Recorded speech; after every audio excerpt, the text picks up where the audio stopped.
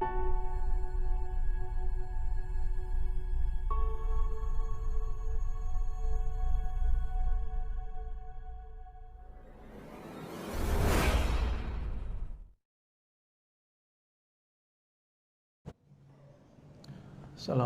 warahmatullahi wabarakatuh.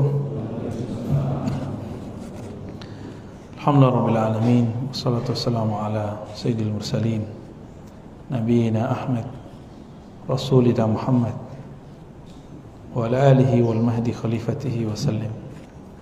Amma ba'du.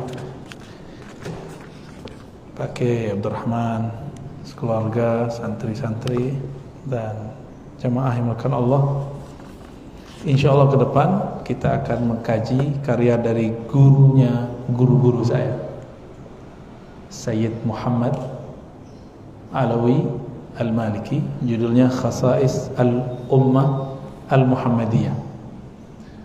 Saya dapat ijazahnya langsung dari murid beliau Al-Habib Umar Abdul Aziz Shahab Al-Falimbani, ya, beliau lama di Mekah, maka boleh disebut Al-Makki.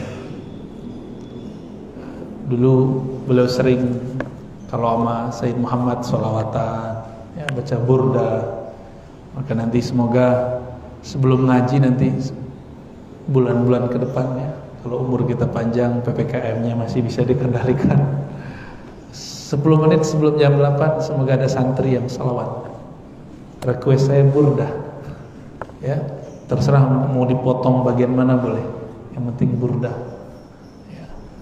Karena waktu saya mau diijazahkan beliau ini, beliau mendendangkan burda, dan itu betul-betul mengena sekali di kolbu, membuat kita tambah rindu kepada Rasulullah Sallallahu Alaihi Wasallam. Semoga pengarang kitab ini Sayyid Muhammad bin Alawi Al-Maliki Al-Hasani, murid-muridnya khususnya yang mengijazahkan saya, Al-Habib Umar Abdul Aziz Shahab, dan murid-murid yang lain yang sangat banyak, ya, sangat banyak kita dapat ijazah dari murid-muridnya. Semoga Allah berkahi mereka semua dan kita yang hadir. Al-Fatihah. A'udzubillahi minasyaitonir rajim. Bismillahirrahmanirrahim. Iyyaka na'budu wa iyyaka nasta'in. Shiratal ladzina an'amta 'alaihim ghairil maghdubi 'alaihim waladdallin. Kita ini beruntung, orang Indonesia. Kita kalau berkunjung ke pusat-pusat kajian ilmu Ahlus Sunnah di Mekah, ada satu tradisi yang membuat kita bangga. Dulu Darul Ulum, ada juga dulu Saulatiyah. Itu mahasiswanya santrinya yang banyak orang Indonesia.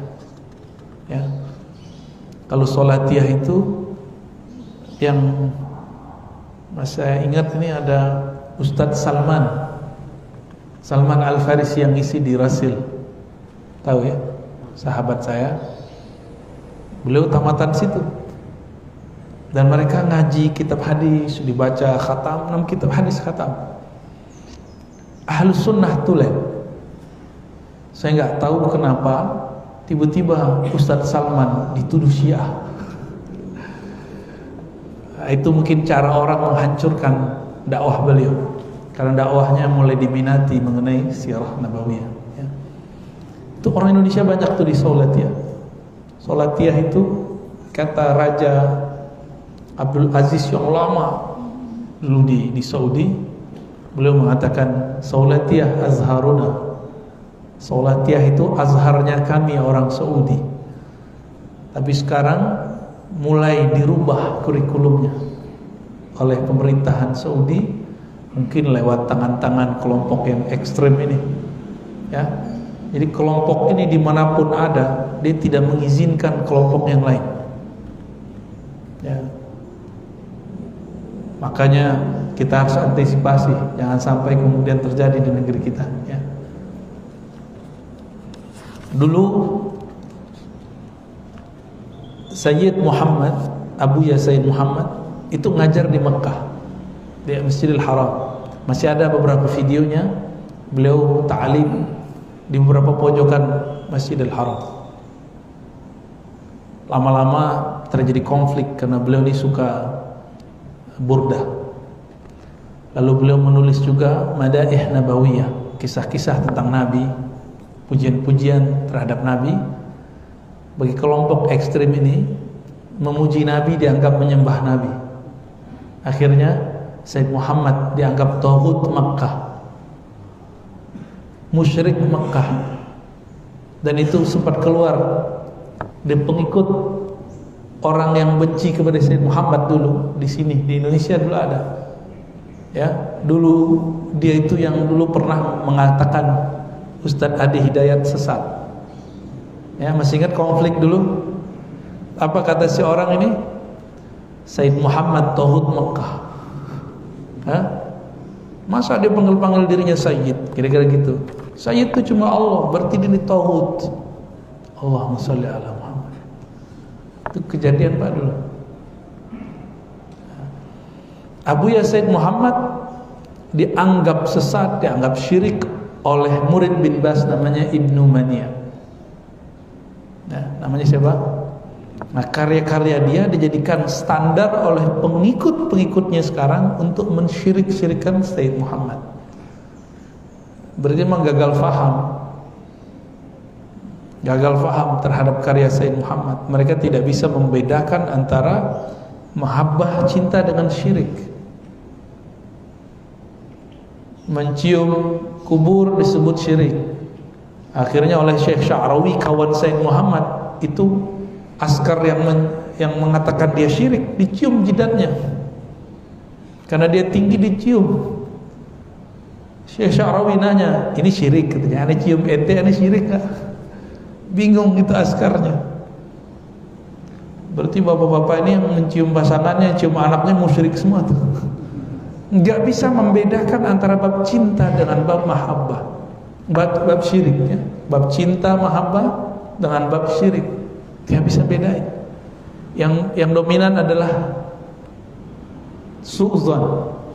Murid beliau yang lain, Said Agil Al-Munawwar, mantan menteri. Beliau orang baik, cuma mungkin gak cocok masuk ke urusan-urusan politik ya. Kan kementerian itu jabatan politik sebenarnya. Ya, beliau ini murid kesayangan juga oleh Said Muhammad, yang disuruh dulu bersolawat dan segala macam. Orang Palembang juga. Ya, tadi kan guru saya yang pertama itu orang Palembang, juga mengijazahkan kitab ini. Cuma kalau yang ini ijazah plus munawalah, dikasih kitabnya sekaligus. Itu Said Agil juga cerita sama. Manhaj mereka manhaj su'uzzan. Manhaj mereka manhaj berburuk sangka. Dijadikan buruk sangka itu sebagai bahan ta'lim. Ini kita agak sedih. Kok seperti itu beragama ya? Nah, semoga masjid ini aman dari gangguan-gangguan seperti itu ya. Ke depan itu anugerah Pak. Bagi Indonesia kelompok itu anugerah. Kiai-kiai yang tadinya tidur sekarang bangun. Dulu gak ngaji kitab, sekarang ngaji kitab ya. Mungkin dulu masjid ini sepi kali kalau ngaji. Berkat begitu jadi ramai. Siapa tahu Pak Kiai ya. Insya Allah. Dan saya berdoa kita semua, saya termasuk orang-orang yang berjuang untuk menghidupkan warisan-warisan ilmu ulama-ulama ahlus sunnah wal jamaah. Baik.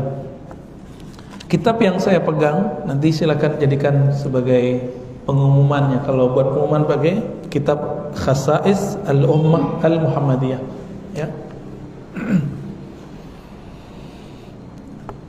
Beliau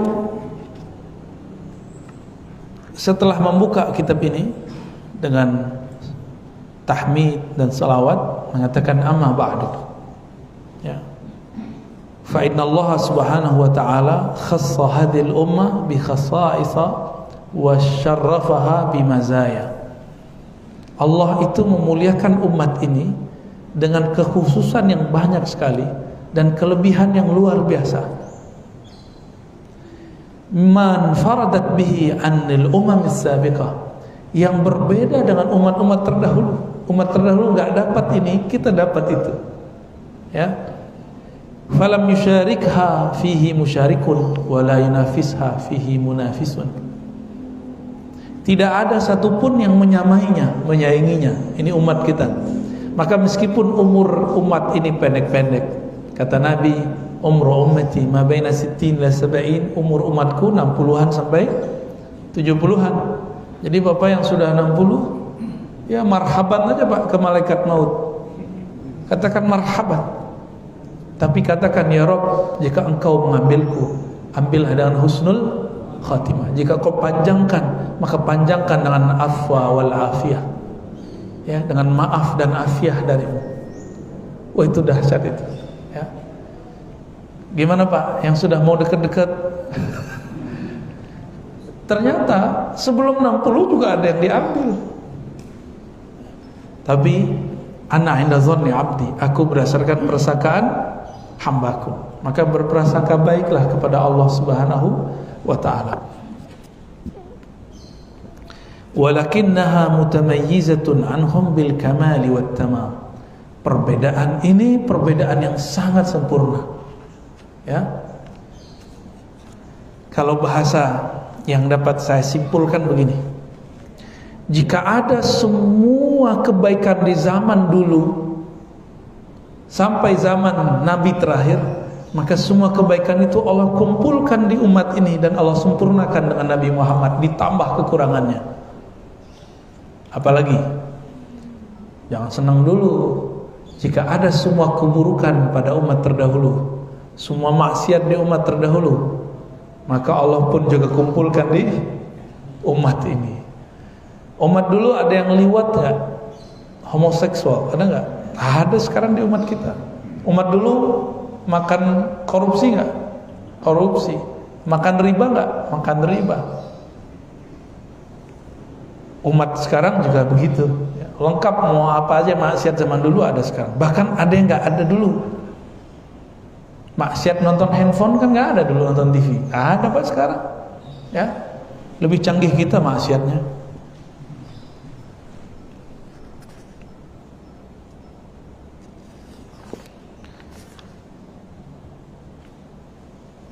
Dari semua itu yang paling tinggi, perbedaan yang paling sempurna, kata beliau, adalah awwal maziyyatin bal hiya ummul mazaya wal fadail rasidu hadhil ummah min al iman wa kamalu yaqiniha billah. Kesempurnaan rasid itu bahasa Arabnya biasanya pulsa, energi. Rasidu hadhil ummah, energi iman umat ini dan energi yakinnya jauh lebih sempurna dari umat-umat terdahulu. Itu dia. Itulah sebabnya kenapa Dajjal itu turunnya ke kita, nggak turun ke umat Nabi Musa. Karena keyakinan umat ini nanti lebih kuat daripada keyakinan umat Nabi Musa. Umat Nabi Musa bisa lari jadi Laut Merah itu dibelah dengan tongkat. Itu tongkat, bukan tongkat Nabi Musa sebenarnya. Tongkat Nabi Musa itu turun dari surga, pernah dipakai oleh Nabi Ibrahim, pernah dipakai oleh Nabi Adam. Nggak tahu dipotong bagaimana kok jadinya sebesar itu. Nabi Musa awalnya cuma menganggap itu kayu kecil. Apa yang ada di yaminika ya Musa, di tangan kananmu wahai Musa. Jawaban Nabi Musa, asaya, ini adalah tongkatku, atawakkau, yang aku bersandar dengannya. Ya, itu Nabi Musa mandangnya, atau aku mengembala dengannya. Tapi Allah memberikan sejarah pada tongkat itu. Itu tongkat masih ada Pak sekarang. Tongkat masih ada, tapi di mana? Wallahu a'lam. Nanti tongkat itu akan diambil kembali oleh Imam akhir zaman. Semua benda-benda para nabi dulu akan dikumpulkan semua. Maka nanti akan banyak yang halu, ngaku-ngaku nih cincin Nabi Khidir. Ada yang datang ke saya bawa menyan Nabi Khidir. Lah, sejak kapan Nabi Khidir jualan menyan? Ya salam, ya. Ada tuh ya. Pakai mahar tuh. Maharnya lumayan, sekian berapa juta ya. Bisa kaya tuh Nabi Khidir tuh.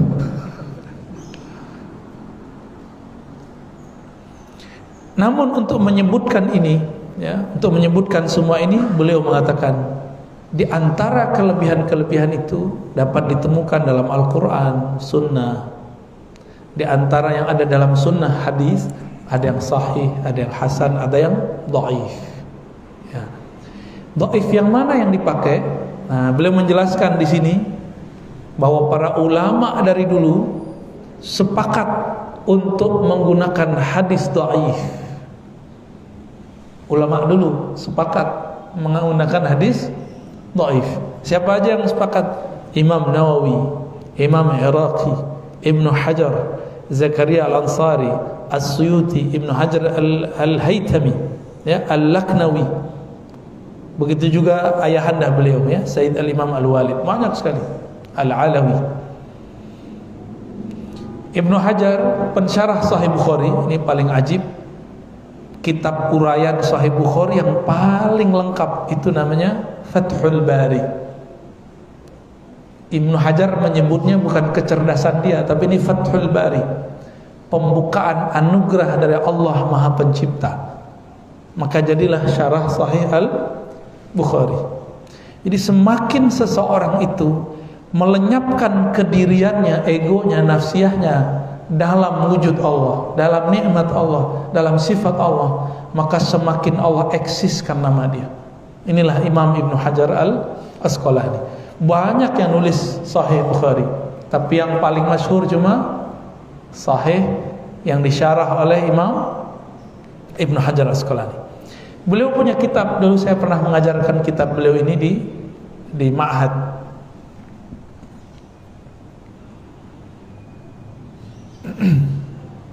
Beliau punya kitab, ya, Syarhun Nukhbah. Apa kata beliau? Boleh menggunakan hadis yang dhaif. Yang penting untuk 4 hal. Pertama, fadilah amal. Apa arti fadilah?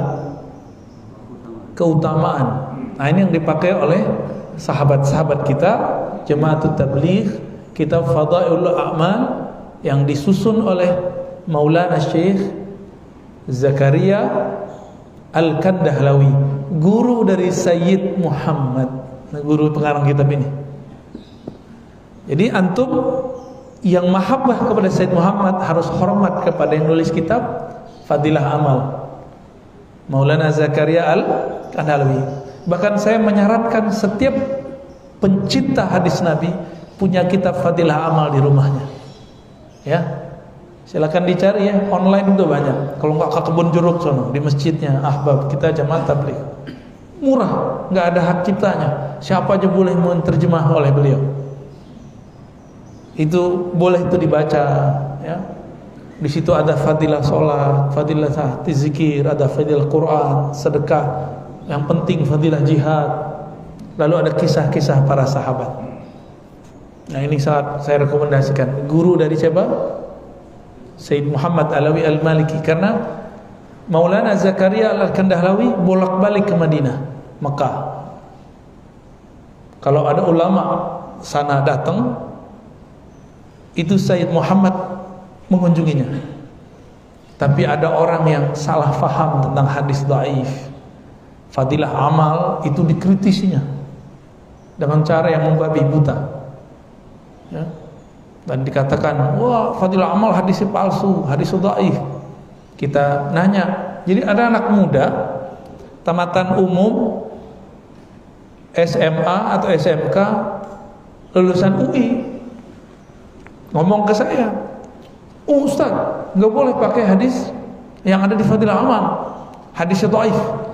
Oh gitu, enti sini, coba tunjukin mana hadis dhaifnya. Bingung dia. Ternyata dia membeo kepada si gurunya, ustadznya. Ustadznya bilang dhaif, dia bilang dhaif. Kalau saya meneliti hadis sendiri, jadi saya punya standar dalam penelitian hadis.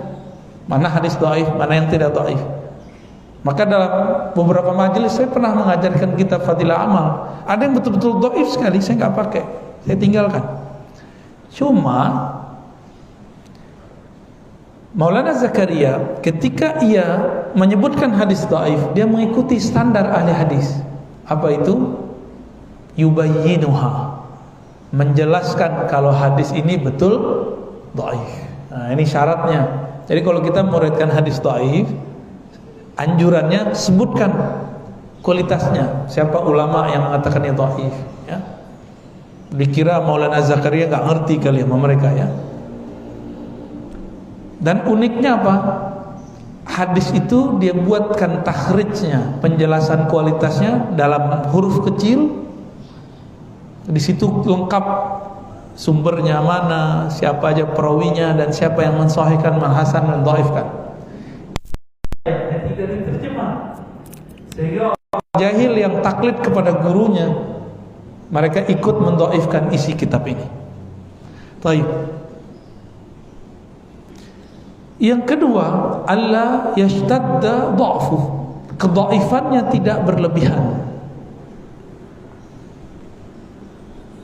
Fala yu'mal biman farada bihil kadzdzab wal muttaham bil kadzib wa man fahusha la ghalatu. Tidak boleh beramal dengan hadis yang diriwayatkan hanya oleh orang-orang yang kadzdzab, rawinya pembohong, atau tertuduh berbohong, atau punya kesalahan yang fatal. Nggak boleh. Nah, dan itu sudah dihindari oleh imam-imam kita. Masalahnya ada satu hadis ini diriwayatkan oleh orang yang diperdebatkan kualitasnya. Ada yang mengatakan dia dhaif, yang satu lagi mengatakan tidak dhaif. Maka ini boleh dipakai. Imam Nasa'i misalnya, hadis yang nomor 5, Bukhari, Muslim, Abu Daud, Tirmizi, berarti kitab hadis nomor 5. Itu beliau meriwayatkan hadis yang tidak disepakati kedhaifan periwayat. Itu agak pusing Pak kalau bahas itu. Saya ngajar hadis itu agak lama, ya, hampir 10 tahun belajar dan mengajarnya. Yang ketiga, ayan darja tahta aslin ma'mulin bih. Hadis dhaif boleh dipakai jika hadis ini sesuai dengan dalil-dalil yang pokok, baik Quran ataupun Sunnah. Jadi ada dalil penunjang yang lain. Sebagai contoh misalnya, hari Jumat itu ada hadis keutamaan sholawat 100 kali, 80 kali, atau berapa kali pun. Hadis ini dhaif semua, tapi dia ada pokoknya, ada dalil sumbernya. Nabi mengatakan, aksirus salata alaiya fi yaumil jum'ah. Banyak-banyak sholawat kepadaku pada hari Jumat. Nah, berarti hadis-hadis ini boleh diamalkan, gitu. Baik. Dan yang keempat, alla yu'taqada indal amal bihi thubutu. Hadis dhaif itu ketika disampaikan, diamalkan, jangan meyakini kesahihannya. Nah, kita harus kemudian hati-hati juga. Siapa tahu barangkali ada versi yang lainnya. Kayak ini secara ilmu hadis, ya. Maka nanti fasal-fasal yang disebutkan di sini semuanya, kalaupun ada hadis dhaifnya, hadis dhaif yang sudah direkomendasikan, ya. Kita masuk ke kelebihan atau keutamaan umat Nabi Muhammad yang pertama. Yang pertama apa? Rasidul ummatil Muhammadiyah minal iman.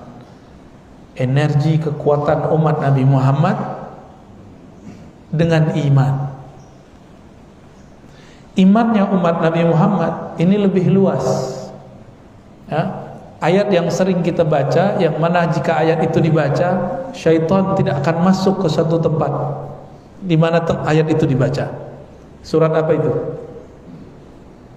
2 ayat terakhir Al-Baqarah. Nabi mengatakan, man qara'ahuma atau man talahuma, siapa yang membaca keduanya, maka syaitan tidak masuk ke dalam rumah itu.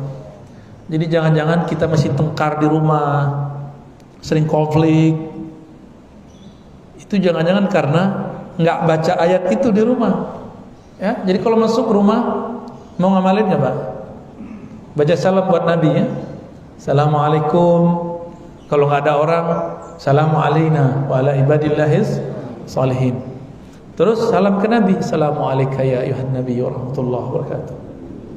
Betul. Udah ada semua kan itu di tahiyat kita. Jadi itu boleh dipakai. Yang mengajarkan Imamuna Al-Qadhi Iyad dalam kitab beliau Asy-Syifa. Ya, silakan diamalkan itu. Masuk rumah baca apa? Assalamu alayka ya ayuhan nabi wa rahmatullahi wa barakatuh. Bahkan disarankan oleh beberapa guru-guru saya yang wali-wali Allah, mereka yang sering rohaninya berinteraksi dengan Rasulullah, sebelum masuk rumah 1 langkah 3 langkah, undang dulu Nabi Muhammad, panggillah salam. Assalamualaikum ya Nabi wa rahmatullahi wa barakatuh. Ya. Atau selawat kita. Baru mengucapkan salam kepada ahlul bait, orang yang di rumah.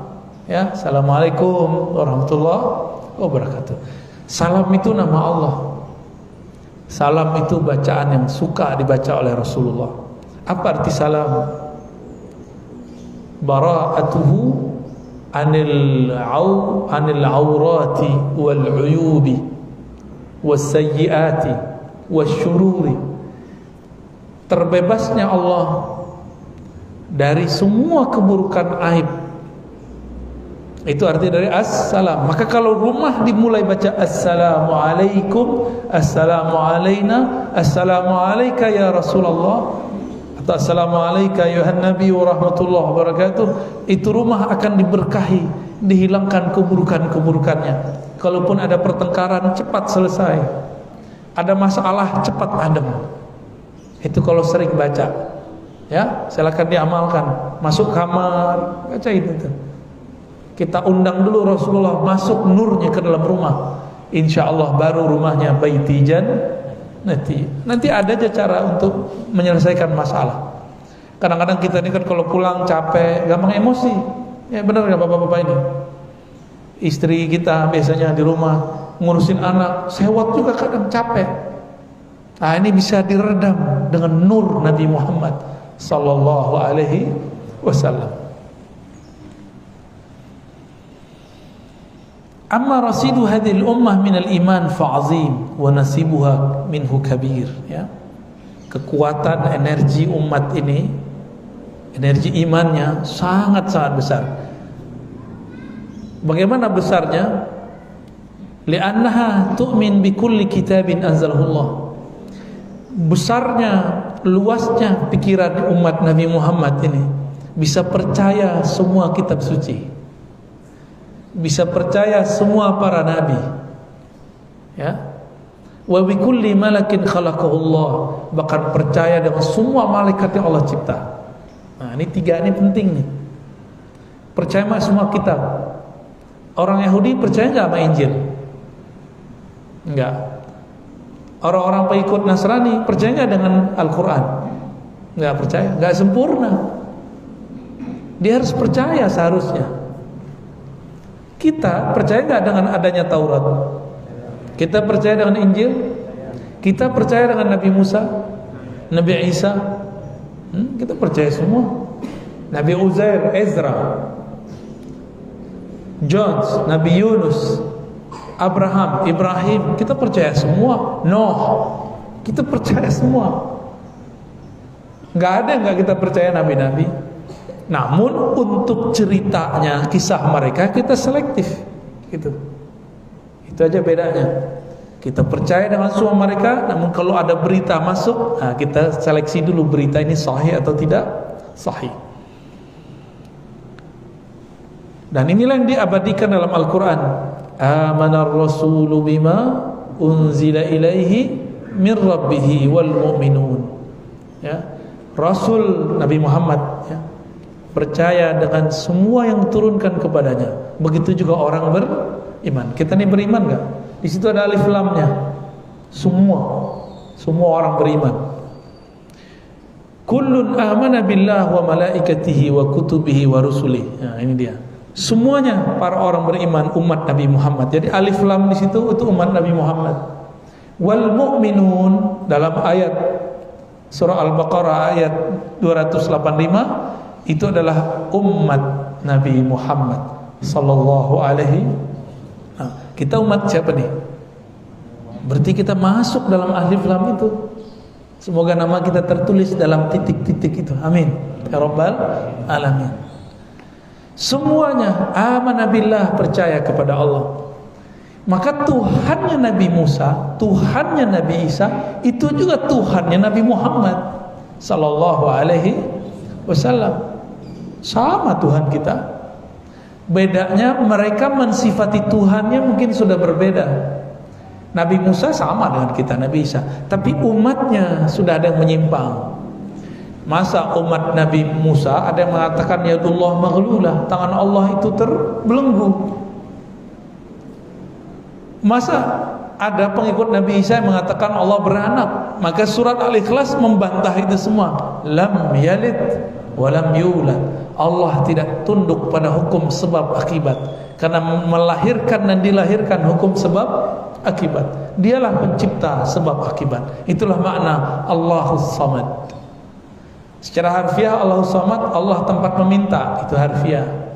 Tapi kalau saya sebutkan makna asalnya Allahus Samad, Allah lah pencipta semua asbab. Pencipta semua asbab. Maka kepada Allah lah kita meminta supaya Allah ciptakan asbab-asbab yang baik untuk kita semua. Amin ya rabbal alamin. Kepada Allah, malaikat. Mungkin sebagian kita sudah dapat kisah ini. Pengikut Nabi Musa tidak percaya lagi dengan Jibril, karena dianggapnya Jibril berkhianat. Nah, bisa Jibril berkhianat. Jadi bagi mereka Jibril, Mikail itu musuh mereka. Jadi Bapak ini kalau nonton film orang-orang sana, orang barat, mereka memusuhi angel, memusuhi Jibril. Itu yang buat pasti orang Yahudi. Ya, sutradaranya atau pembuat ceritanya itu orang-orang Yahudi. Mereka mengajarkan bahwa Jibril berkhianat, Mikail berkhianat. Itu bayangan mereka tentang malaikat, ya. Nauzubillah min dzalik. Kenapa disebut berkhianat? Kok setelah Nabi Musa dia masih nurunin kitab yang baru, itu kitab Injil. Makanya mereka ini tambah bingung lagi, kok ada malaikat turun ke Nabi Muhammad sallallahu alaihi wasallam. Wa qalu sami'na, ya, la nufarriqu baina ahadin min rusulih. Tidak ada pembedaan terhadap semua para rasul, semua kitab-kitab, semua malaikat-malaikat. Wa qalu sami'na wa ata'na. Mereka mengatakan kami dengar lalu kami taat. Ghufranak.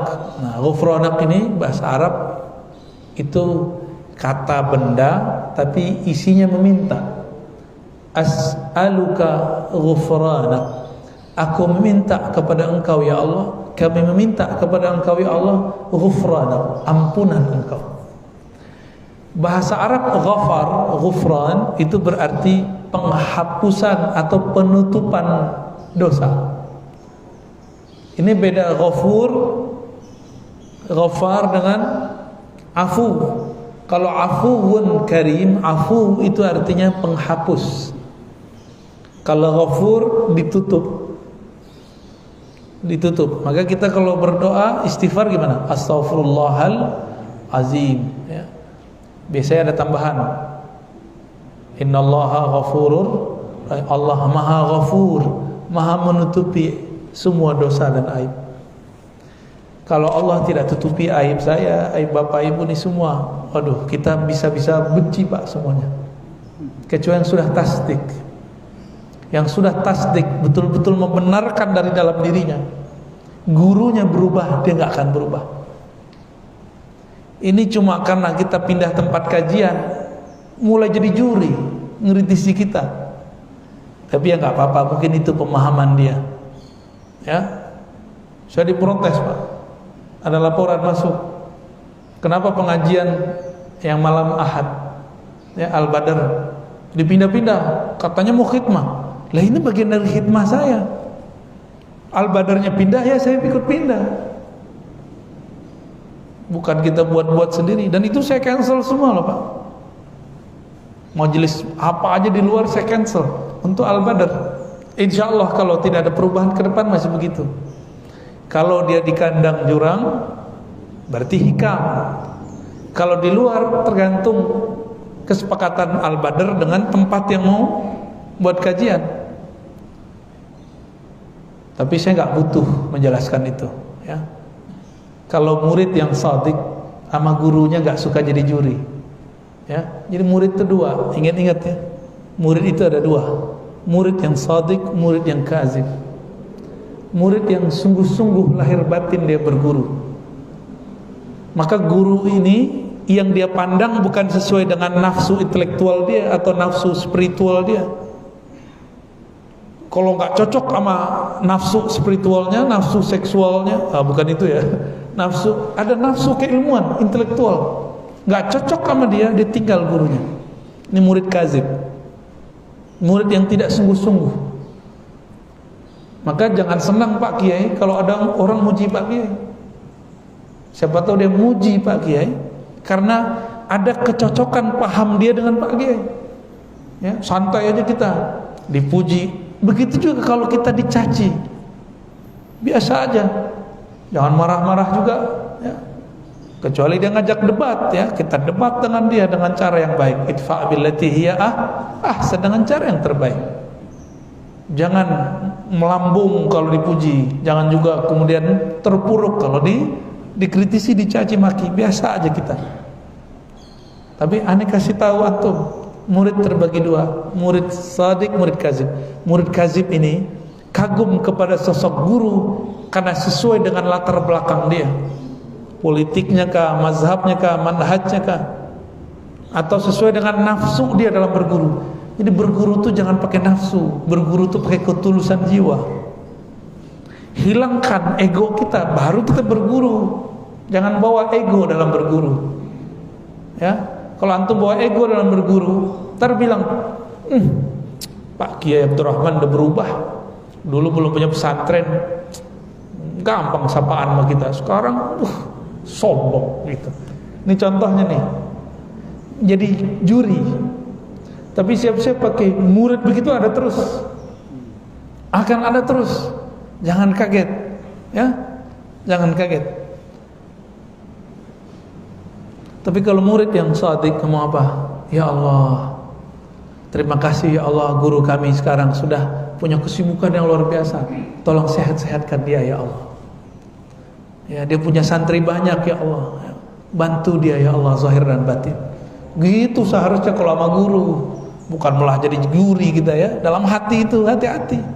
Jangan pakai nafsu dalam berguru. Baru disebut al-murid as-shadiq. Murid yang sungguh-sungguh, yang zahir batinnya sama. Kalau kazib enggak, banyak sekali. Cuma karena beda dikit, langsung diserang gurunya. Nanti ke depan kita akan banyak berbeda. Siap nggak beda? Beneran nih? Insya Allah, kurangnya gue kurang yakin ya. Banyak Pak nanti kita berbeda. Kalau antum menganggap guru harus sama dengan pikiran saya, lah siapa antum? Siapa kita? Mana kaedahnya guru harus ikut kesenangan murid? Itu dari mana? Ya, saya mencoba menghancurkan itu bertahun-tahun ketika saya berguru. Musibah saya paling tinggi apa Pak? Ayah saya tengkar sama guru saya. Sama-sama orang yang hikmah ke satu zawiyah, satu surau. Tengkar mereka. Ternyata dikomporin sama orang sekitarnya. Bagi saya, ya salah. Untung sebelum itu kita dikasih hadiah oleh Allah. Ya, sering terbangun komunikasi batin secara rohani dengan baginda Nabi SAW. Sehingga setiap saya sholawat koneksi itu muncul. Seakan-akan Nabi itu ada di hadapan. Seakan-akan. Ya, ntar jangan salah paham lagi ya. Sehingga itu menghibur. Waduh, ayah guru, ya, kebayang dua-duanya nih, tengkar nih. Tapi sekarang udah baikan lagi. Ujian aja, ujian buat kita. Kita ini tetap gak berguru kepada beliau. Beliau kondisinya begitu. Tetap gak hormat kepada ayah, dia lagi gak baikan sama guru kita. Itu berat sekali itu ya. Pengalaman saya tahun berapa tuh ya? Umur saya waktu itu masih 27 tahun. Lumayan juga tuh. Siap jadi murid yang shadiq ya. Kiainya gak shadiq, itu urusan kiainya, ente urusannya ya. Urusannya kita ini gimana? Berguru shadiq atau tidak shadiq.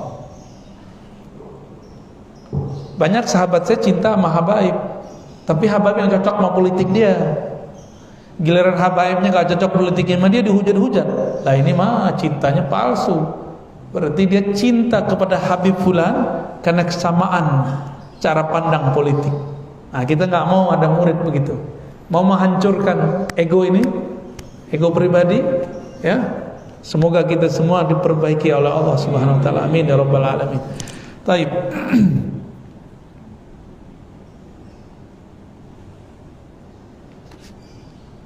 Dan di dalam Al-Quran surah Al-Baqarah ayat 136 ada perintah. Ini ajaran yang dibawa oleh Nabi Muhammad. Ini ajaran yang tua. Qulu amanna billah. Katakanlah, qulu semuanya umat Muhammad sallallahu alaihi wasallam. Amanna billah. Kami percaya kepada Allah. Wa ma unzila ilaina.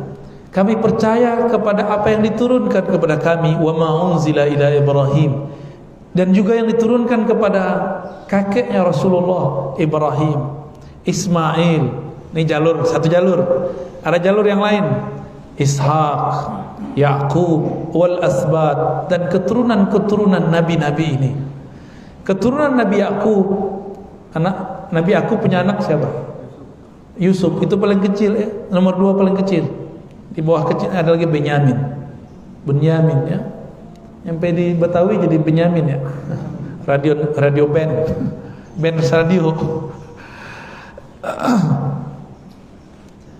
Terus ke bawah ada Daud, Sulaiman, Musa, sampai ke Isa. Bahkan ada nabi lain, Daniel, Samuel, itu nama nabi semua tuh. Ada nabi Ahyail apa gitu namanya. Banyak, nabi-nabi itu banyak sekali.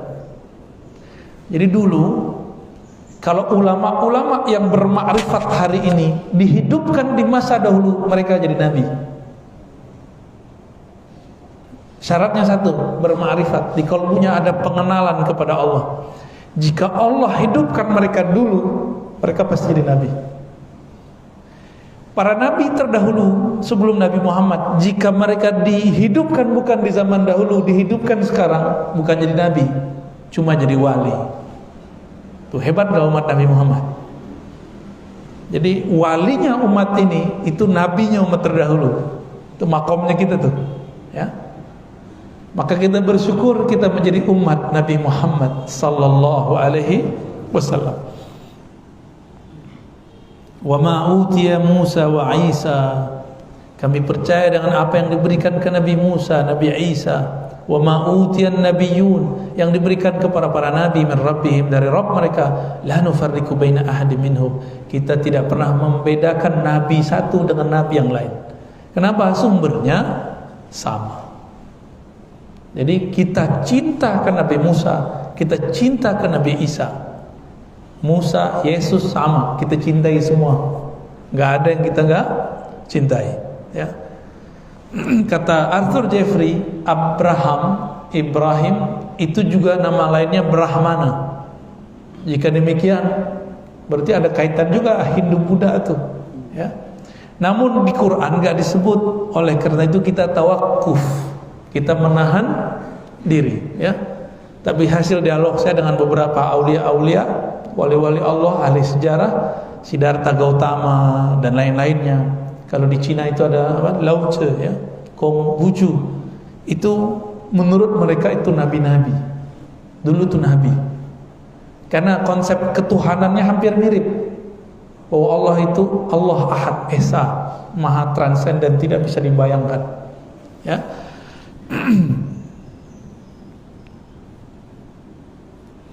Kalau umat terdahulu yu'minuna bi ba'd wa yakfuruna bi ba'd, percaya kepada sebagian, ingkar kepada sebagian yang lain. Kalau kita tidak. Makanya jangan heran Pak ya, di rumah saya koleksi Injil, Taurat, Weda. Bahkan saya koleksi kitabnya Tao dan orang-orang Konghucu. Seneng baca aja. Jangankan buku mereka, buku Aristoteles saja saya baca ya. Buku Plato, Republik saya baca. Bahasa Arab. Jadi ternyata kitab-kitab filsafat sudah diarabkan semua. Yang bahasa Latin sekarang itu terjemahan dari Arab. Jadi dulu filsafat Yunani kuno sudah diarabkan. Bisa juga berarti diislamkan. Ya.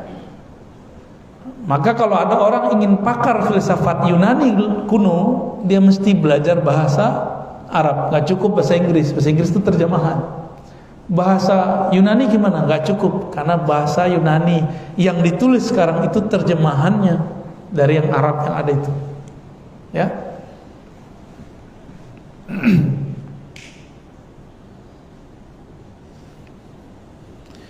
Inilah alasannya kenapa seorang muslim laki-laki boleh menikah dengan ahli kitab perempuan. Kenapa? Karena imannya si muslim ini mencakup imannya si perempuan. Ini versi beliau deh. Ini bukan saya ngomong loh Pak ya. Tapi tidak boleh menikah perempuan muslimah dengan laki-laki yang imannya tidak seluas si perempuan itu. Nanti sempit dia. Nggak boleh. Dia harus, namanya mau jadi yang cari imam, minimal imannya lebih luas daripada dia, atau minimal sama. Kalau suaminya seorang non muslim, berarti iman dia cuma ke seorang nabi atau sekelompok nabi, satu bagian kitab, tapi nggak percaya kepada kitab-kitab yang lain. Berarti iman dia tidak lebih sempurna daripada iman si perempuan. Maka jangan sampai anak-anak kita, putri-putri kita terjebak karena bab cinta. Cinta itu kan karena sering ketemu, karena desiran awal memandang. Ini bisa hilang Pak. Maka apa masih kurang? Ada orang menikah besar-besaran, cerainya besar-besaran juga. Oh, besar-besaran juga. Nikah gede-gedean, nggak lama cerai.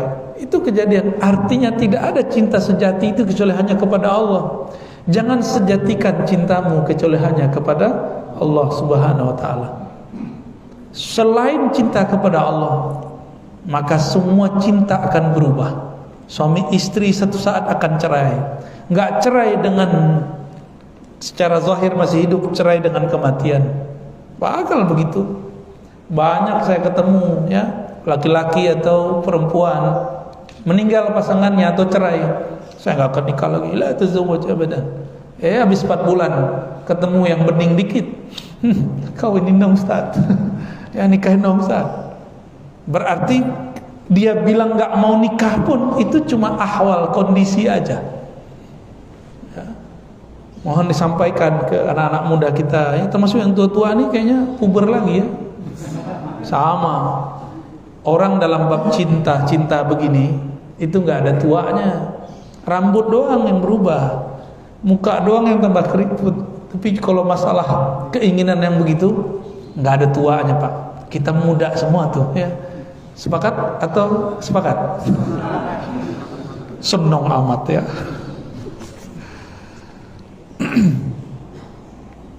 Yang kedua, nah ini semoga dapat 2 nih, dapat 2 keistimewaan umat Nabi Muhammad Sallallahu Alaihi Wasallam.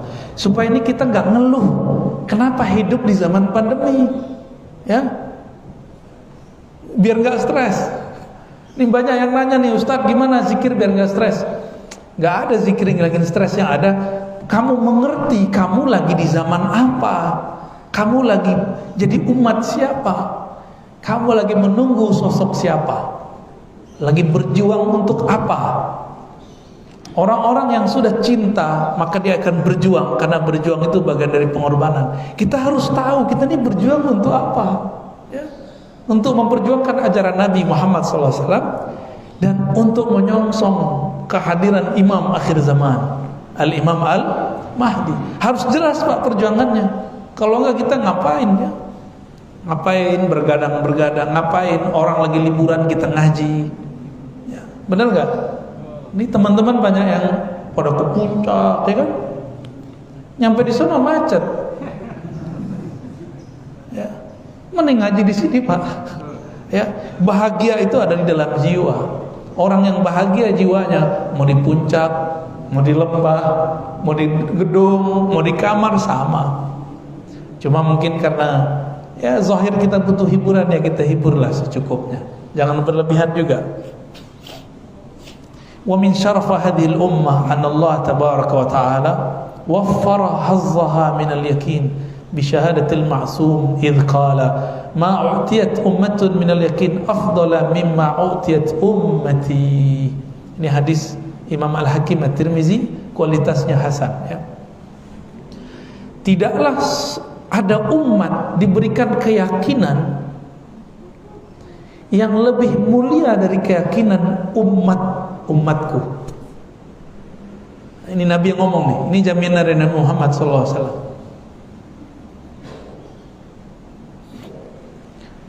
Sejak Nabi Nuh, Nabi Ibrahim, semua Nabi mengabarkan akan ada fitnatul Dajjal. Benar gak? Kekacauan yang disebabkan oleh Dajjal. Tapi yang dapat kebagian ketemu Dajjal umat siapa? Umat Nabi Muhammad SAW. Umat Nabi Musa dikerjain doang, diprank 40 hari. Ada tutuhannya Al-Ijil, dibuat patung sapi, anak sapi kecil, sehingga patung sapinya bicara. Apa yang diminta dikasih. Itu yang buat Dajjal, nama kecilnya Samiri. Samiri ini waktu kecilnya diajarin malaikat Jibril. Jadi malaikat Jibril ini muridnya ada dua. Ada murid Nuriyah, ada murid Nariyah. Murid cahaya, jadi Thariqat Sufi. Ada Nariyah, jadi perdukunan, jadi kesaktian. Jadi yang perdukunan yang sifat internasional kan juga ada. Jadi musuh kita nanti Pak, jangan dikira cuma pinter ngebom doang dia. Enggak, dia bisa juga ilmu kebatinan. Ilmu sihir dia jago. Ilmu sihir itu sekarang sedang dibangkitkan. Ilmu sihir lagi dibangkitkan Pak, hati-hati. Karena semakin ke belakang ini, kota-kota yang hiruk pikuk itu ternyata di baliknya sudah mulai muncul ilmu-ilmu magic, ilmu-ilmu kebatinan. Maka para kiai harus ngeh itu. Dia harus belajar tasawuf Nuriyah. Jangan cuma belajar ruqyah aja. Ruqyah mah biasa, antum hafal tinggal baca. Tapi coba pakai, pernah gak ada santri kesurupan dibacain gak bisa sembuh? Nah, itu gimana ceritanya? Jangan-jangan santrinya apalah yang kita bacain gak? Dibalikin. Ada caranya. Ada caranya, cara yang cepat dari Rasulullah SAW. Ruqyah Al-Muhammadiyah, ya kan mereka ada istilahnya ruqyah syar'iyah. Oke, kalau saya nyebutnya ruqyah Ar-Ruqyah Al-Muhammadiyah. Zikir dulu, salam dulu ke Nabi, tinggal tepuk Pak, bangun dia tuh sadar insyaallah. Kecuali kita zikirnya nggak benar, salamnya nggak pas, mungkin nabinya lain kali.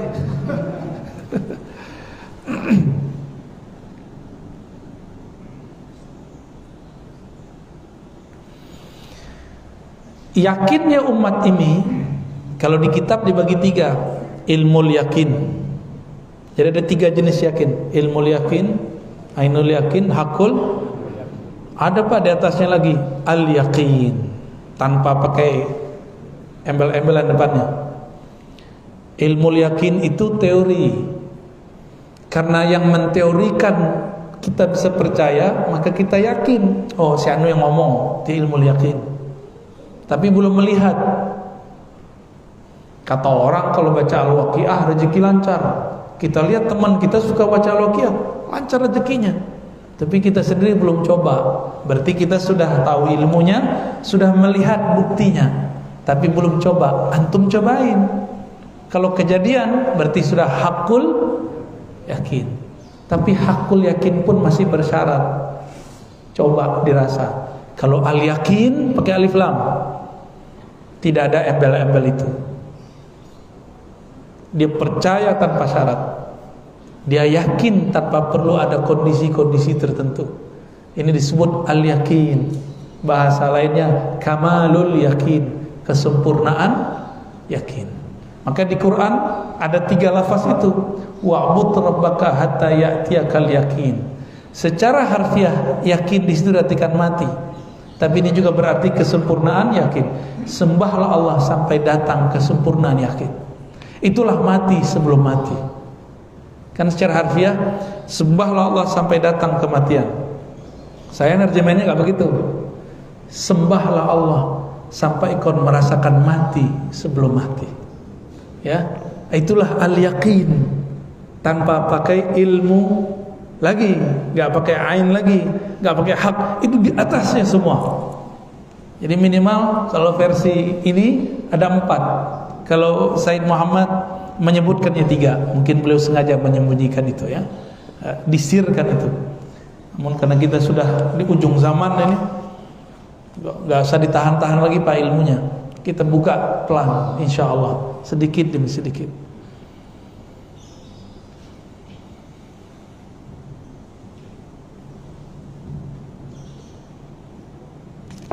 Qala Sarri As-Saqti, berkata Imam Sarri As-Saqti, wal yakin sukunuka 'inda jawlanil mawaridi fi sadrik.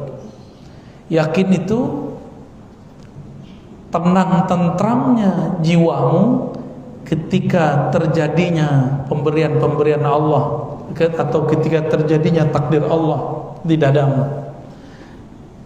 Litayaqunika anna husnaka minha la yanfa'uka wa la yadur'aka maqdiya. Karena engkau faham, engkau sedih, engkau tidak sedih, itu tidak berpengaruh kepada takdir yang datang kepadamu. Ini versi Imam Sarri As-Saqti, itu yakin. Saya mau tanya nih, yakin gak Allah ada? Yakin? Benar? Yakinkah Allah tidak akan sia-siakan kita? Jadi mau datang pandemi, apalagi istilahnya, mau datang bom demi, ada istilah gitu? Nggak ada ya? Mau datang apalah, terserah. Mau kita hidup, mau kita mati nanti, nggak ada masalah. Jika mati, mati syahid. Jika hidup, hidup mulia. Ish kariman aw mut syahidah. Itu kan cuma cara mati. Ada orang mati di atas kasurnya, ada mati dalam berjuang, ada yang mati berjuang melawan kebatilan, ada yang mati berjuang melawan penyakit dalam dirinya. Itu cuma asbab aja. Saya sudah pernah menyampaikan di tempat yang lain, bukan di sini. Ketika malaikat maut dicipta dan diberikan SK, surat kerja, apa perintahnya? Engkau akan mencabut nyawa hamba-hambaku. Apa kata malaikat maut? Ya Rabb, jika demikian nanti hambamu akan benci kepadaku. Jadi malaikat maut itu nggak mau juga dibenci, Pak. Dia punya perasaan dia ternyata. Ya, ini dia dengar nih aneh ngomong nih. Serius. Dia mandang antum dekat sekali itu sekarang mandangnya. Semua kita dipandang. Satu napas dia kita hilang. Maka mau 1000, bersejuta orang cukup dia pandang, satu kedip mata hilang dia udah. Tinggal cara matinya, datangnya. Jadi apa ahwal keadaan kondisi batin kita? Nanti kita akan menyaksikan malaikat maut itu dengan gambaran itu. Kalau kita husnuzon ke malaikat maut, maka kirim-kirim salam buat dia sesekali. Assalamualaikum ya malakal maut, al-fatihah sesekali Pak. Biar nanti kalau dicabut, sahib aneh nih. Ini aneh serius loh Pak ya. Sapa dia, salam kepada malaikat-malaikat. Kita baca nih, ini turunan dari ilmu yang diturunkan dalam bab tasyahud. Assalamu alayka ayuhan nabi wa rahmatullahi wa barakatuh. Assalamu alayna wa ala ibadillahis salihin. Salam atas kami dan semua hamba-hamba Allah yang soleh, baik di langit para malaikat, para arwah nabi dan aulia, ataupun di bumi hamba-hamba Allah beriman, para wali-wali Allah. Diucapkan salam untuk semua mereka. Jadi antum nih kalau tasyahud jangan ngayal. Kalau ngucapin salam ke Nabi, itikadkan Nabi ada di depan menjawab. Ini dikatakan dalam kitab Syifa ya. Nah, itu ajaran ulama tuh, bukan ajaran sesat itu. Terus yang kedua, ketika kita mengatakan assalamu alaina, salam atas kami semua orang beriman dan semua makhluk-makhluk Allah yang soleh, malaikatkah, wali-walikah, para nabikah, semua kita ucapkan salam. Nah, ini diturunkan oleh ulama di luar sholat. Makanya ada thariqat sebelum zikir itu ngucapin salam ke malaikat Jibril, Mikail, Israfil, Israil, semuanya ya. Ada Pak ilmunya. Nanti pelan-pelan kita ajarin ya, insya. Terus kalau keburu meninggal gimana? Ya udah, antum kan ke tiap sholat udah ngucapin salam. Kata malaikat maut, oh ini yang dulu sering baca salam nih lagi sholat sama saya ya. Kalau ngucap salamnya spesial, dijawab Pak. Cuma kalau dijawab gawat tuh.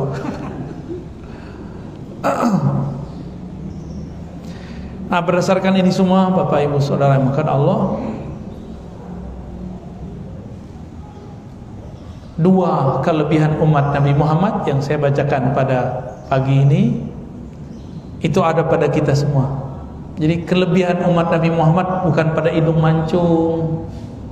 Kalau ini panggilannya mancung. Hidungnya mancung nggak? Mancung dikit, ke samping. Bukan pada tubuh yang kekar, bukan pada jenggot, bukan pada sarung, bukan pada serban, bukan pada zikir yang seperti umat-umat terdahulu, enggak. Kelebihan utamanya iman dan yakin. Dua ini. Ini yang kita syukuri.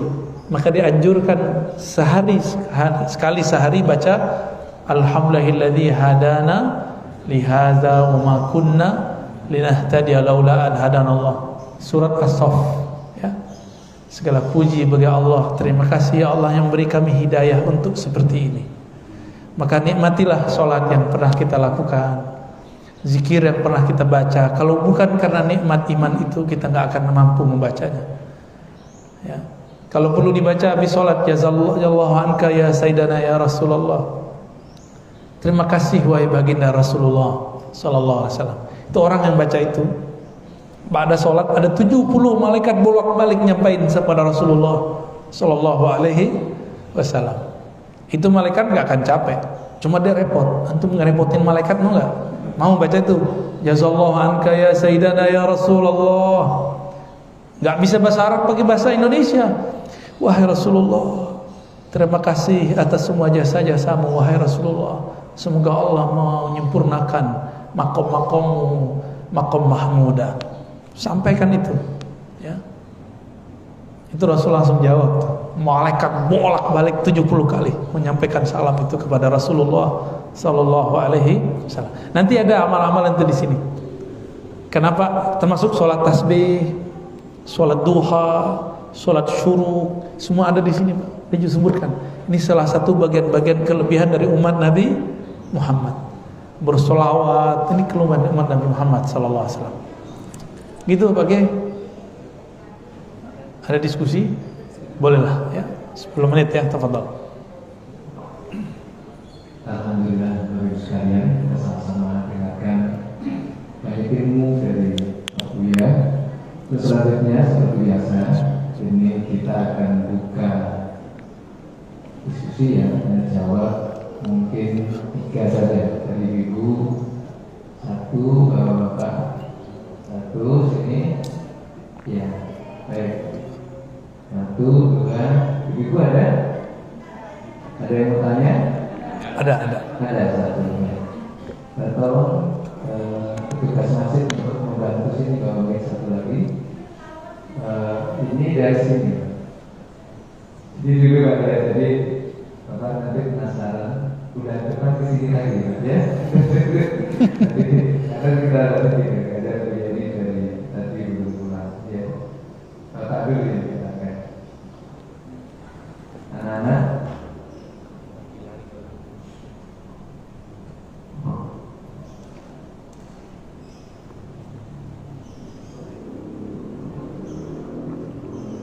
Bismillahirrahmanirrahim. Assalamualaikum warahmatullahi wabarakatuh. Salam, Pak Afan, silakan. Terima kasih Bu ya.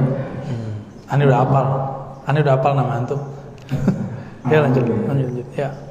Mau bertanya, ini mewakili istri dan hari serta halaman mengenai hadis, apakah ada dalam hadis itu larangan untuk wanita itu yang sedang haid menghadiri kajian atau berada di dalam lingkungan masjid? Ya. Yang kedua, bagaimana caranya kita itu untuk hidup mulia dan mati syahid? Iya. Baik. Assalamualaikum.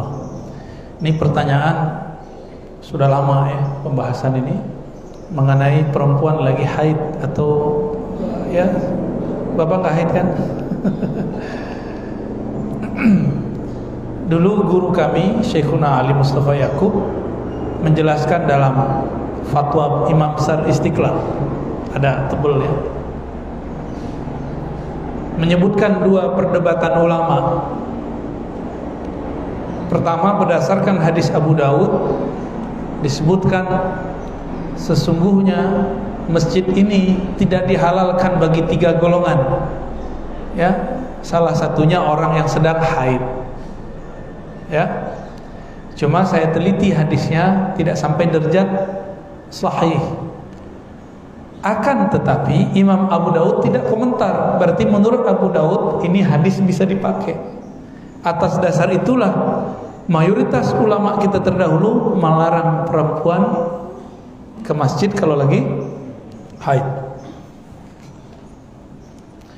Dalam hadis Imam Ahmad, hadis Abu Daud, bahkan ada juga di riwayat yang lain di Tirmizi dan lain-lain. Yang saya ingat ini riwayat Nasa'i, bahwa salah satu istri Nabi sedang haid ngambil barang Nabi yang ketinggalan di dalam masjid. Maka kemudian ulama kita mentafsir, membuat perincian. Kalau murur al-haid boleh, lewatnya orang haid boleh. Yang nggak boleh al-makthu, berdiam diri. Tapi dalam hadis yang sahih Muslim misalnya, sahih Bukhari, istri-istri Nabi ketika iktikaf di masa haid mereka punya tempat khusus duduk, supaya kalau seandainya itu darah mengotori tidak jatuh ke masjid. Di sini perdebatannya panjang. Mazhab saya Syafi'i Pak, tapi saya mungkin sedikit berbeda dengan ulama Syafi'iyah terdahulu. Bukan berarti saya keluar dari mazhab Syafi'i. Kita melihat indikator itu. Nah, ini yang kemudian disebutkan oleh Syekhuna Ali Mustafa Yaqub. Kata beliau, jika tidak mengotori masjid, maka beliau mengatakan ada ulama yang membolehkan. Cuma beliau tetap menguatkan yang pertama. Ya, bagi saya ini pilihan. Ini pilihan. Anjuran saya kalau syak ibu-ibu itu di luar kan masih bisa. Ya, di luar kan masih ada pintu, bisa terdengar. Ini kita jamak. Pendapat ulama yang berbeda itu rahmat. Yang nggak ada syaknya silakan. Yang penting ada keyakinan. Ya, gunakan perangkat alat-alat yang sudah ada sekarang, membalut supaya tidak mengotori masjid. Cuma biasanya ada beberapa perempuan, mohon maaf, deres darahnya, walaupun udah pakai netes. Nah, ini berbahaya. Maka dianjurkan kalau lagi haid sebaiknya di bagian luar.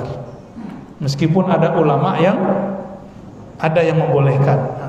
Kita nggak membolehkan mutlak, tidak melarang mutlak. Kenapa begitu? Karena ulamanya nggak sepakat. Dan ada hadis Nabi membiarkan istri jalan di masjid. Lo jalan sama duduk kan lebih bahaya jalan Pak. Benar nggak? Jalan masuk murur. Ya. Nah, di mazhab Syafi'i dibolehkan murur, dilarang maks, al-maks, berdiam. Nah, ini perdebatan ulama. Tolong diingat, ini perbedaan ahli fikih. Setiap masa akan ada perbedaan-perbedaan. Gak usah jauh-jauh ya. Ibu-ibu yang lahir tahun-tahun 60, 50, bahkan 70, pembalut itu gak secanggih sekarang. Maka di zaman itu wajar ulama kita keras mengatakan tidak boleh. Ya. untuk hati-hati, namanya al-khuruj minal khilaf, keluar dari perdebatan mustahab, itu dianjurkan. Jika ragu mungkin di luarnya, kalau nggak ragu bisa menjamin, ya. Kalau ada yang netes tanggung jawab, bersihin, ya. Kira-kira begitu, ya. Yang kedua tadi, bagaimana caranya hidup mulia mati syahid.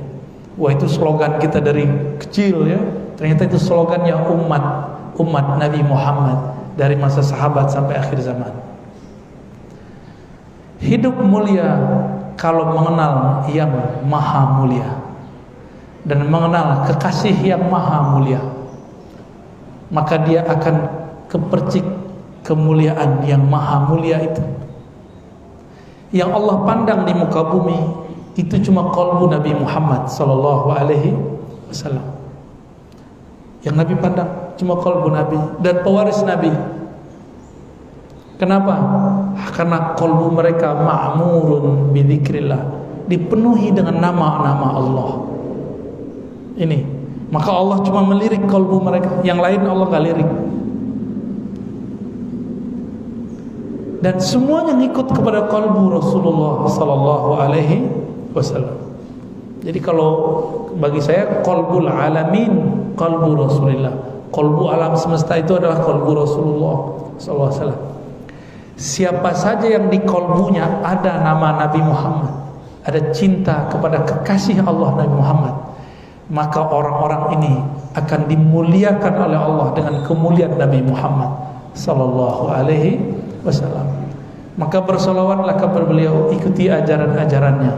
Ajaran beliau itu bukan, jangan yang zahir-zahir dulu, mulai dari yang batinnya, akhlaknya.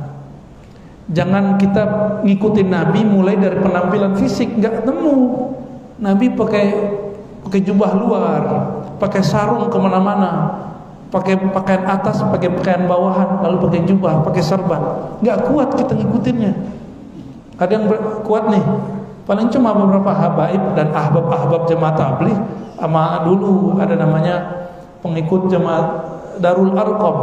Itu mereka serbanan kemana-mana. Dibilang gila, dibilang aliran sesat. Nah, akhirnya karena dibilang sesat, mereka ganti ini, pakai kopiah. Ya, mungkin yang umur-umurannya nggak jauh dari saya, nasyid Malaysia tuh kan, Robbani, Raihan, itu kan dulu dari sana, mereka serbanan loh dulu. Dibilang sesat. Di sono, termasuk di Indonesia dibilang sesat. Mereka kemudian ganti pola. Mulai pakai kopiah hitam, mulai kopiah bulat itu, apa namanya itu, songkok, kupluk apa, mulai ada ini. Yang kita ikuti sekarang pola-pola batin rohani Rasulullah, akhlak Rasulullah Sallallahu Alaihi Wasallam. Mulai hargai orang, berprasangka baik sama orang. Nah, itu mulai itu, jangan caci maki orang. Bapak coba aja hari ini tidak berprasangka buruk kepada orang lain. Lagi di jalan, disalib orang nggak marah. Itu udah mulai itu. Ini disalib dikit langsung bilang laknatullah alaik. Baru gitu doang udah pakai laknat, ya. Gimana mau ikut Rasulullah, ya.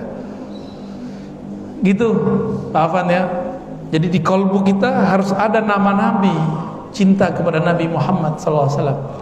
Maka siapa saja yang menyertakan Nabi dalam hidupnya, Allah akan muliakan dia dengan kemuliaan Nabi Muhammad sallallahu alaihi wasallam. Oke, ada lagi? Ya, cukup ya, Bapak. Jawabannya sudah sangat jelas.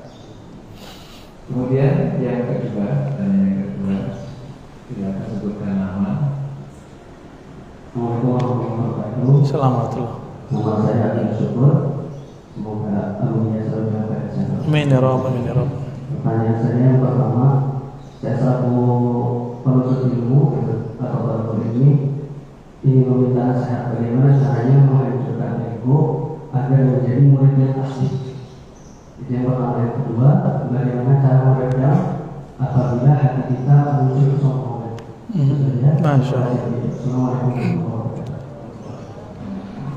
Supaya habis ego kemuridan, yang ada leburnya. Jadi suksesnya murid belajar ketika egonya dihabiskan dalam ego gurunya, kehendaknya dia leburkan dalam kehendak gurunya. Itu sebabnya kenapa murid-murid sufi-sufi dari dulu berhasil, karena mereka punya filosofi. Tapi ini dijadikan fitnah oleh kelompok pembenci tasawuf. Apa kata mereka dulu? Murid di depan mursyidnya seperti jenazah yang sedang dimandikan, mau dibolak-balik terserah. Ini kunci sukses ngaji. Coba tanya Pak Kiai Abdurrahman, kalau ada santri ngeyel diajar, sukses nggak dia? Ini beliau ini bisa berhasil sekarang karena dulu dibolak-balik sama kiainya, dia patuh. Ada santri datang ke saya, santri mahasiswa, mahasantri, dibentak sama kiai. Kiai bilang, pakai otakmu. Nggak terima dia digituin. Bagi dia nih kiai nggak bener ini, masa dia pakai otakmu, pakai bahasa Arab. Ngomongnya pakai bahasa Arab kan, kayak sadaqallahul azim belakang itu ya. Istamil mukhak kan gitu, istamil akhlak. Datang ke saya waktu itu sedang lagi nulis tesis, maka saya cari tempat tinggal yang agak jauh dari pesantren, tapi masih ngajar bolak-balik pesantren. Masa kiai ngomong begini sih? Loh, terus kiai, kamu harus ngomong gimana sama kamu? Harus nyemah kamu, saya tanya gitu. Ya, kalau kamu ngomong gitu ke kiai baru nggak pantas, tapi kalau kiai ngomong begitu kepadamu itu pantas. Coba murid ngomong, pakai otak dong kiai, tuh. Gimana? Nyambung nggak? Tapi kalau kiai ngomong pantas nggak? Pantas, kan kiai itu, guru itu orang tua kita dalam bab keilmuan. Orang tua mah boleh mau ngapa-ngapain anaknya juga boleh. Maka bapak kalau naruh anak di pesantren, mau anaknya ditampar sama gurunya, itu bagus. Disuruh berdiri, itu bagus. Diikop, itu bagus. Karena itu menghancurkan ego. Saya seumur-umur nggak pernah, kecuali cuma sekali aja saya pernah disuruh berdiri sama kiai. Itu pun sudah akhir-akhir mau tamat, su'ul khotimah ya. Enggak. Dulu saya paling gak mau, paling ego. Jadi seandainya selama 4 tahun saya ngaji kepada beliau, seandainya disuruh berdiri di tahun pertama, mungkin saya langsung keluar. Tapi alhamdulillah saya disuruh berdirinya di tahun ke-4. Kenapa? Ada kewajiban waktu itu di pesantren, tiap minggu pagi, dulu kita minggu pagi libur, sekarang diganti hari Jumat. Kami wajib sholat subuh di masjid kampung. Udah pasang alarm kita, kayaknya udah soleh bener udah. Alarmnya berlapis-lapis, nggak bangun saya. Saya nggak bangun. Kapan bangunnya? Saat orang udah komat, nggak kekejar.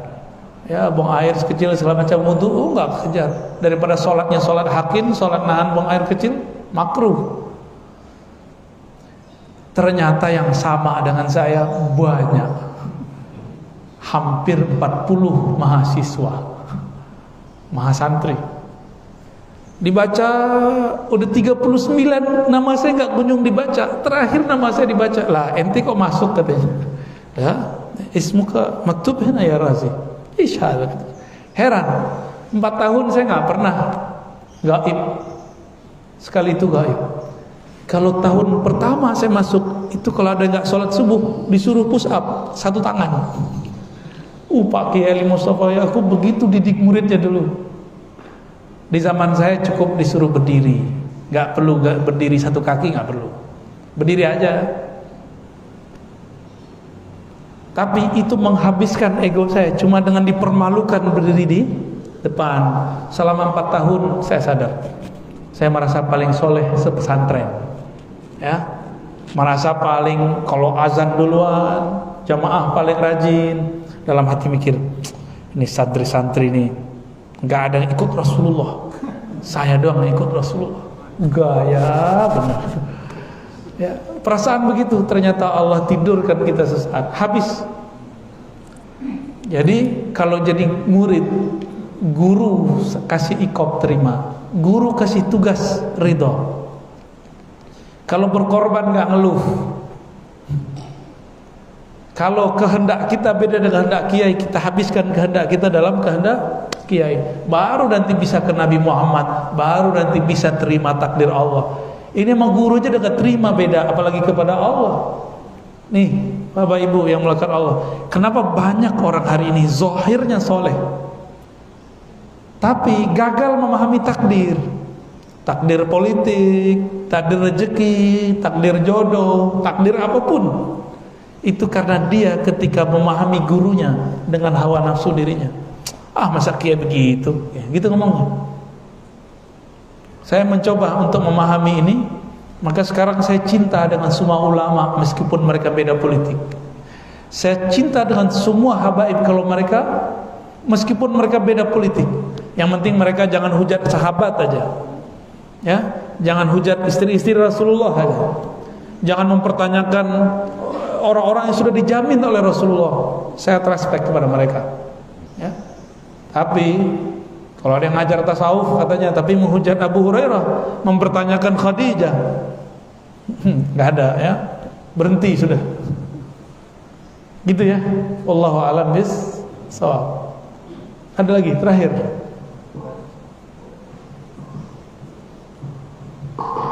Yang keduanya Apa tuh kedua? bagaimana menghilangkan kesombongan yang ada. Oke. Menghilangkan kesombongan itu mirip dengan ilmu kedokteran. Ini versi Imam Ghazali. Cari tahu dulu sebab sombongnya apa. Jika sebab sombongnya ilmu, maka ketahuilah di dalam Al-Quran lafaz ilmu biasanya dikaitkan dengan kata pemberian. Walladzina utul ilma, dan orang-orang yang diberikan ilmu. Jadi ilmu itu diberi. Zahirnya kita nyari, tapi sebenarnya ilmu itu diberi. Ini contoh. Bapak yang hadir sekarang, ibu yang hadir sekarang, kitab yang saya ajar sama, orang yang ngajar sama, tempatnya sama, jamnya sama, hasilnya beda nggak ter? Nah itu maksudnya. Itu yang ngasih Allah itu. Siapa tahu yang di luar lebih kencang yang dari yang dalam. Siapa tahu, wallahu a'lam. Ya. Kata yang di dalam, Ustadz, pikiran saya sudah lemah, hafalan saya sudah payah. Yang penting saya dapat berkah. Ya dapat berkah aja tuh. Ya, insya Allah dapat semua. Jika sombong sebabnya karena harta, ingat harta itu kata Allah, wa mimma razaqnahum yunfikun, dari sebagian yang kami rezekikan kepada mereka. Berarti ini milik Allah bukan? Jadi duit yang ada di dompet antum itu, rumah yang ada sekarang, kendaraan yang ada sekarang, itu milik Allah semua. Allah bilang 2,5% keluarin, sekian keluarin. Itu karena bukan milik kita. Gitu. Ini ilustrasi. Saya sering pakai ilustrasi ini. Bapak, ibu punya kendaraan, saya pinjam. Kendaraannya keren ya, benda mahal. Lagi nyetir, saya mampir ke tempat teman. Kata teman, "Wih, keren ente Razi. Kendaraannya baru terus." Ya, jadi sebulan itu tiap hari kendaraan jamaahnya digilir. Jadi ganti terus. 30 hari 30 mobil. Kata kawan, "Aduh, ente ganti mobil terus. Hari ini lain, besok lain." Saya bangga nggak? Bangga nggak Pak? Bangga antum? Nggak tahu diri namanya. Kan minjem. Kalau dia sadar diri, tahu diri, dia ngomongnya apa? Oh, ini bukan punya saya, ini punya jamaah. Gitu. Kecuali jamaahnya ngasih, beda lagi. Ngasih pun beda loh dengan kita beli. Bapak dikasih orang sama beli sendiri itu beda loh kebanggaannya. Benar nggak? Maka Nabi Daud ini salah satu nabi yang paling percaya diri di antara para nabi. Kenapa? Dia makan dengan tangannya sendiri, hasil jerih payahnya sendiri. Nabi Daud. Ya. Semua yang kita punya ini, ilmukah itu, hartakah itu, amal kita aja nih, Allah yang gerakin semua. Pantaskah berbangga dari semua itu? Jadi cara menghancurkan sifat sombong, ingat, sumber ilmu, sumber harta ini bukan kita. Kita cuma dititipkan sebentar. Pak Kiai ini sudah sering lihat ada orang punya hafalan hilang, benar nggak Pak Kiai? Tandanya hafalan bukan milik kita, diambil lagi sama Allah.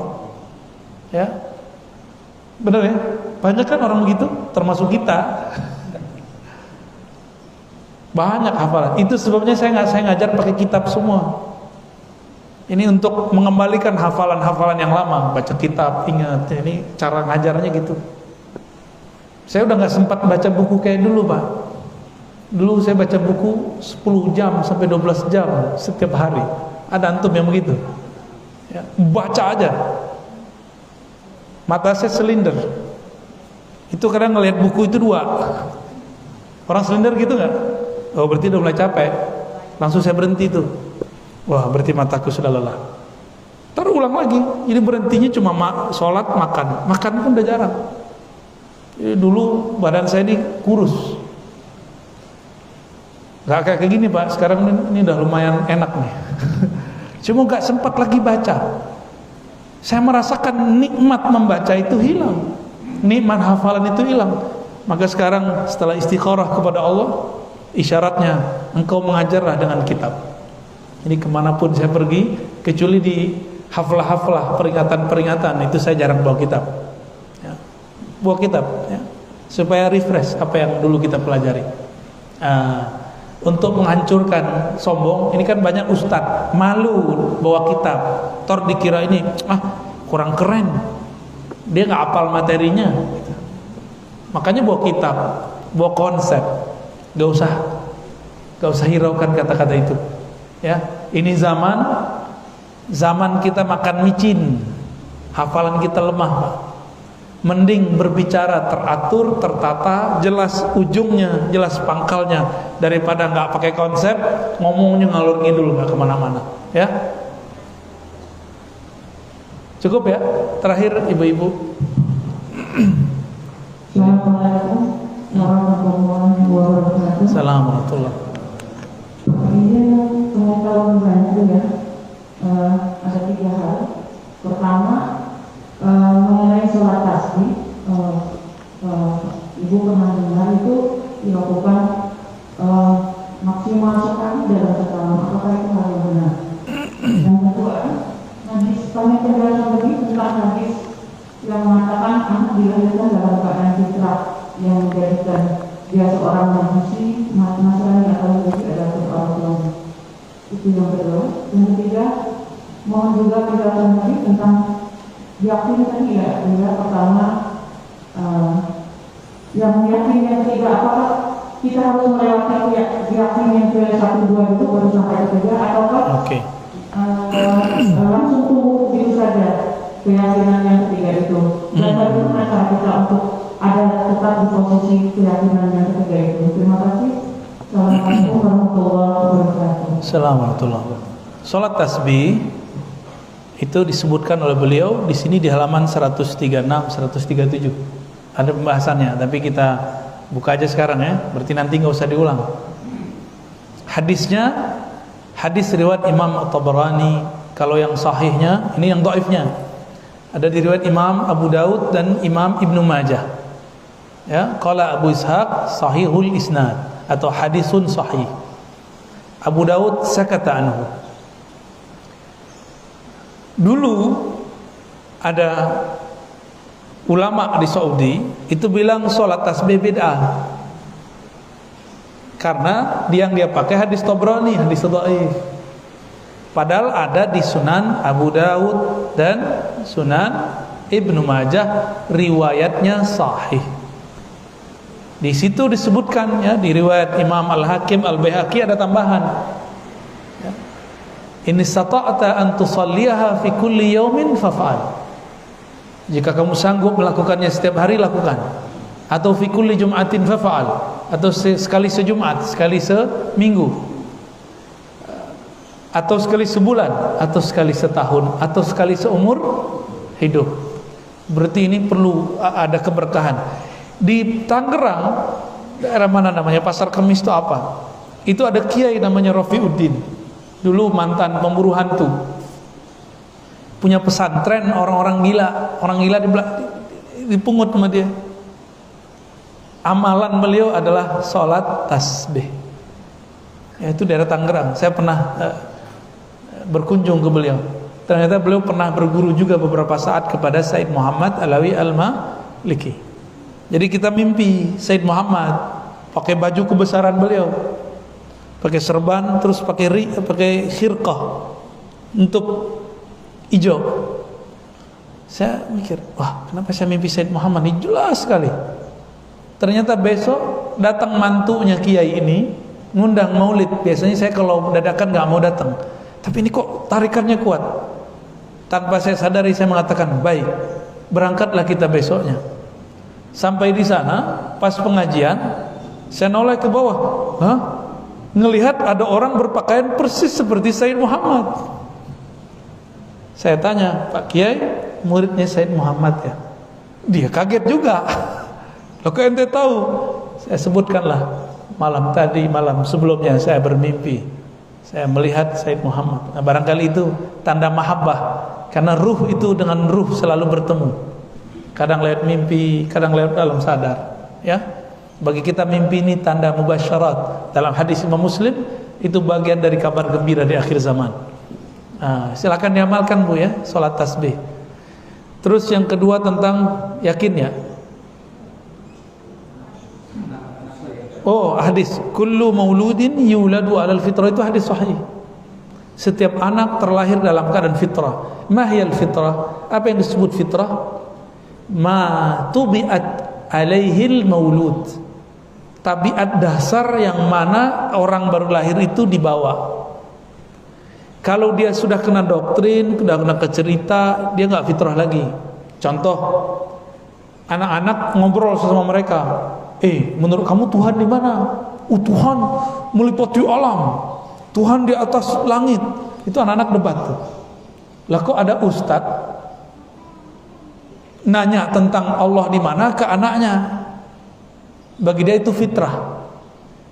Padahal si anak sudah nonton TV, atau kalau nggak nonton TV sudah dengar orang cerita, berarti sudah nggak fitrah. Fitrah itu dasar. Fitrah itu kebeningan dasar yang dibawa oleh seorang bayi, oleh satu orang bayi itu. Tapi kalau dia udah dengar cerita maknya, bapak, ibunya, gurunya, tidak lagi disebut fitrah. Ya, fitrah itu juga bisa berarti kemurnian agama, dan kemurnian agama itu adalah ajaran Islam yang dibawa oleh baginda Nabi Sallallahu Alaihi Wasallam. Yang terakhir tentang apa tadi? Yakin. Ya. Apakah untuk sampai ke yakin yang tertinggi harus pakai yang pertama dulu? Enggak. Abu Bakar langsung al-yakin, makanya dia menjadi siddiq. Beliau tidak perlu bukti untuk mempercayai Nabi. Enggak perlu ada keramat mukjizat untuk percaya Nabi. Oh, Muhammad yang ngomong, saya percaya. Udah gitu. Kalau antum kan masih perlu bukti, ya. Coba dulu zikirnya dari Abu Ya. Kalau nikmat tenang berarti dia guru saya. Kalau enggak berarti bukan guru saya. Emang begitu orang berguru. Enak amat ente jadi murid ya. Ada lagi ngomong sama saya, "Tat, ente tawajuhin dulu saya. Ente zikirkan dulu saya. Kalau saya connect, saya berguru kepada Anda." Ada yang ngomong begitu. Ya, dalam batin langsung, "Kamu bukan muridku." Benar, enggak lama dia kabur. Pergi dia. Emang bukan jodohnya.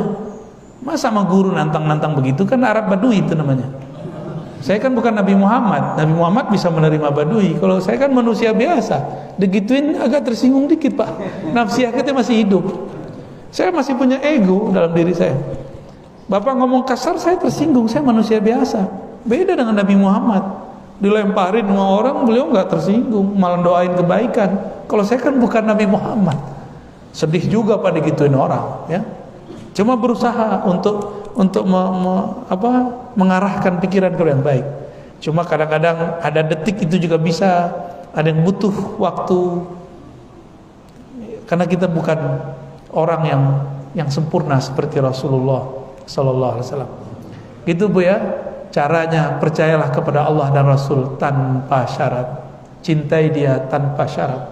Sholawatlah kepadanya tanpa syarat. Jangan lagi sholawat karena pengen beli rumah, Jangan lagi salawat karena pengen beli mobil. Kelihatan ada mobil BMW sallallahu alaihi Muhammad sallallahu alaihi wasallam. Itu ada Pak, itu salawatnya salawat matre. Cinta matre. Mau nggak dicintai orang karena fulus yang kita punya? Mau nggak dicintai orang karena punya harta warisan? Maukah dicintai orang karena kita populer? Nggak mau. Cintai karena dia layak dicintai. Semoga Allah berikan cinta itu kepada kita, cinta kepadanya, cinta kepada Rasulnya. Allah merzukna hubbaka. Ya Allah, beri kami cinta kepada Engkau. Anugerahi kami cinta kepada Engkau. Cinta ini lebih kuat, lebih dahsyat daripada kami mencintai diri kami sendiri. Lebih dahsyat, lebih hebat daripada kami mencintai harta kami, keluarga kami, atau apapun yang Engkau berikan kepada kami. Ya Rabb, di kalbu kami sedikit sekali cinta kepada Nabi Muhammad. Maka dengan kebesaran cintamu, tuangkanlah rasa cinta itu ya Allah ke dalam kalbu kami, ke dalam pikiran kami, sehingga kami merasakan merindukan Nabi Muhammad sallallahu alaihi wasallam, merasakan indahnya mencintai Nabi Muhammad sallallahu alaihi wasallam, merasakan dijawab salam kami oleh Nabi Muhammad sallallahu alaihi wasallam. Assalatu wassalamu alaika sayyidana ya Rasulullah. Salam atas Engkau wahai baginda Rasul. Terimalah salam kami, maafkanlah kami karena kami kurang mengikuti sunnahmu. Ya Allah ya Rahman ya Rahim, ij'al lahu maqaman mahmuda. Berikanlah maqam yang mahmud, maqam yang terpuji kepada baginda Nabi Muhammad sallallahu alaihi wasallam. Waj'alna tahta liwa'ihi liwa'il hamdi yaumal qiyamah. Jadikan kami di bawah bendera panji-panji hamadnya panji Nabi Muhammad nanti pada hari kiamat. Allahumma asturna bistiqal jamil. Ya Allah, aib kami banyak, dosa kami banyak, namun cahayamu, sifat-sifat keindahanmu dapat menutupi semua aib kami.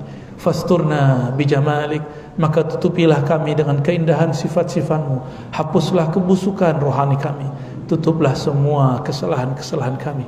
Rabbana atina fid dunya hasanah wa fil akhirati hasanah wa qina adzabannar. Ya Allah, berikan kami kebahagiaan di dunia, di akhirat, zahir dan batin, bagi kami, guru-guru kami, orang tua kami, keluarga kami, anak-anak kami, dan semua yang hadir pada pagi ini. Wassallallahu ala sayyidina Muhammad walhamdulillahi rabbil alamin. Assalamualaikum warahmatullahi wabarakatuh.